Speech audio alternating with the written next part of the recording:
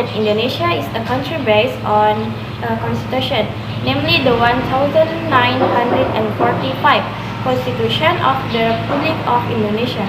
But before that, let us introduce ourselves. I'm Aldaika Saidina. And I'm Fasia. We are from Group 1C and Class 11A. Sebelum kita lanjut ke materinya, alangkah baiknya kita berdoa dulu. Berdoa dimulai. Berdoa sebentar. Setiap warga negara Indonesia harus memahami konstitusi agar memahami sistem hukum dalam ketatanegaraan negara Indonesia. Anda tentu sudah memahami sejarah perumusan konstitusi negara berasal dari ide dan gagasan pendiri bangsa. Salah satunya syarat pendirinya negara Indonesia adalah memiliki konstitusi negara. Oleh karena itu, pendiri bangsa mencurahkan segala ide dan pemikiran untuk membentuk konstitusi yang akan diterapkan untuk Indonesia merdeka. Tapi, apakah kalian tahu bagaimana pendiri negara merumuskan konstitusi di Indonesia? Untuk memahami lebih dalam, mari kita sama-sama mempelajari mengenai ide pendiri bangsa tentang konstitusi. Baik, yang pertama kita akan membahas mengenai sejarah konstitusi Indonesia. Istilah konstitusi di negara-negara berbeda-beda. Istilah konstitusi di Belanda menggunakan konstituti atau grondwet. Grond artinya dasar, wet artinya undang-undang dalam bahasa Inggris. Menggunakan istilah constitution dalam bahasa Prancis disebut constituer. Artinya menetapkan atau membentuk. Pemakaian istilah konstitusi dimaksudkan sebagai pembentuk atau penyusunan suatu negara. Konstitusi adalah seperangkat aturan dasar dan berbagai ketentuan untuk mengatur fungsi serta struktur lembaga pemerintah, termasuk dalam hubungan kerjasama antara negara dan rakyat dalam kehidupan berbangsa dan bernegara. Adapun tujuan konstitusi yaitu yang pertama, membahas kekuasaan penguasa agar tidak melakukan tindakan yang merugikan masyarakat luas. Yang kedua, melindungi hak asasi manusia, HAM. Yang ketiga, memberikan pedoman bagi penyelenggaraan negara agar negara dapat berdiri tegak. Tahukah kalian bahwa konstitusi terbagi menjadi dua, yaitu konstitusi tertulis dan konstitusi tidak tertulis?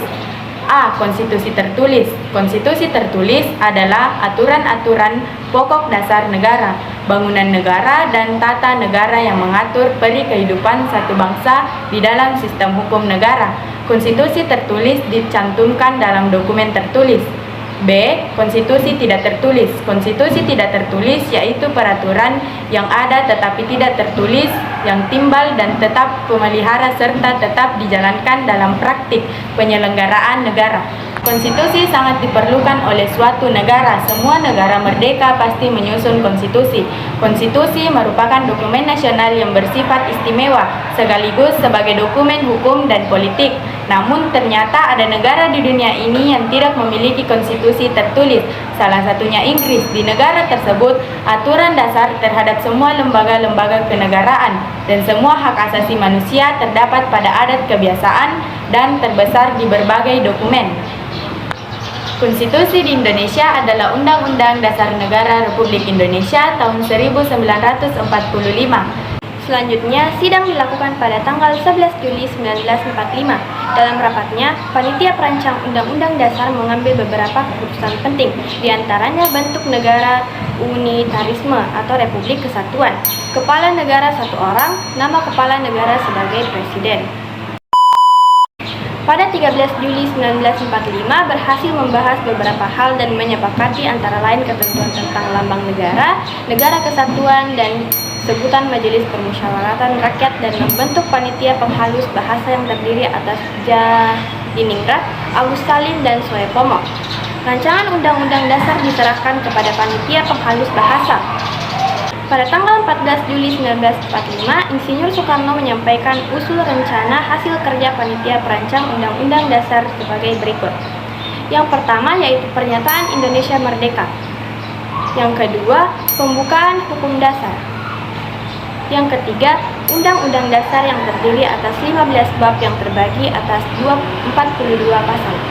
Pada tanggal 15 Juli 1945, BPUPKI kembali bersidang untuk membicarakan rancangan Undang-Undang Dasar, sedangkan tanggal 16 Juli 1945 BPUPKI menerima secara bulat rancangan Undang-Undang Dasar. Selanjutnya, dalam rapat pleno tanggal 17 Juli 1945, BPUPKI menerima seluruh hasil yang diusulkan oleh panitia. Dengan demikian, BPUPKI telah menyelesaikan tugas-tugasnya.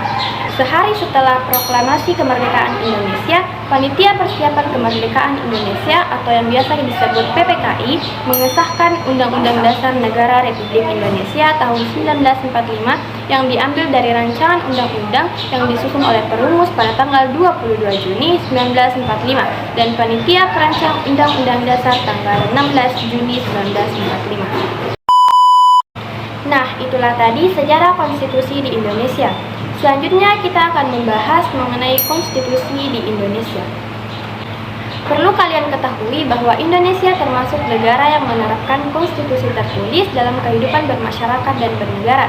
Konstitusi tertulis di Indonesia adalah Undang-Undang Negara Republik Indonesia tahun 1945. Konstitusi di Indonesia mempunyai fungsi untuk membatasi kekuasaan pemerintahan agar penyelenggaraan kekuasaan tidak bersifat sewenang-wenang. Dengan demikian, hak-hak warga negara akan lebih terlindungi. Konstitusi Indonesia dikenal sebagai Revolution Roundabout yang bermakna bahwa Undang-Undang Dasar Negara Republik Indonesia tahun 1945 mengandung gagasan revolusi yang berwatak nasional dan sosial. Tujuannya adalah dekolonialisasi dan perubahan pidana sosial ke arah terwujudnya keadilan sosial bagi seluruh rakyat Indonesia. Indonesia merupakan negara yang menganut paham konstitusionalisme. Hal tersebut ditegaskan dalam pasal 1 ayat 2 Undang-Undang Dasar Negara Republik Indonesia tahun 1945. Baik, itulah tadi materi yang sempat kami bawakan. Semoga bermanfaat. Kurang dan lebihnya mohon dimaafkan. Biru laut seperti kolam, Ikan paus pandai menyelam. dari lubuk hati yang paling dalam. Saya tutup presentasi dengan salam. Wassalamualaikum warahmatullahi wabarakatuh. Hai everyone. Bicara kok juga.